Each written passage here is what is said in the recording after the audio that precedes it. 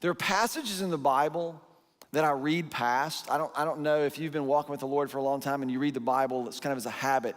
If there are places that you read past, I'm always attentive to this because whenever I read past things, sometimes it's because I'm very familiar with them. I read past John 3:16, right? Because who needs to read John 3:16? We know it. And so you just read past it. And John 17 is one of those really interesting places that oftentimes I'll read past.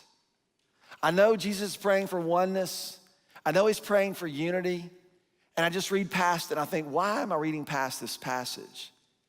And what I've come to learn over the last few years as I've been reflecting on this and trying to spend more time really understanding Jesus' heart for the world, I realized that part of the reason I read past it might be because I like the idea of oneness. I like the idea of unity. I don't like the implications of it.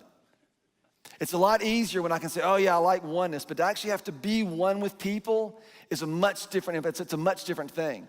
It's why we've been talking about this. I'm gonna continue to kind of hammer this drum. When we talk about the gospel, we're saying Jesus came to save sinners and establish God's kingdom. Save sinners and establish God's kingdom.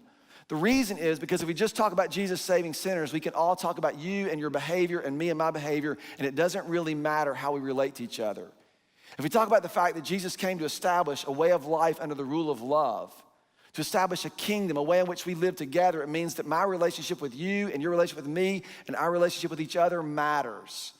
And all of a sudden you begin to see what Jesus is talking about. The implications of this are significant and how we learn to live together.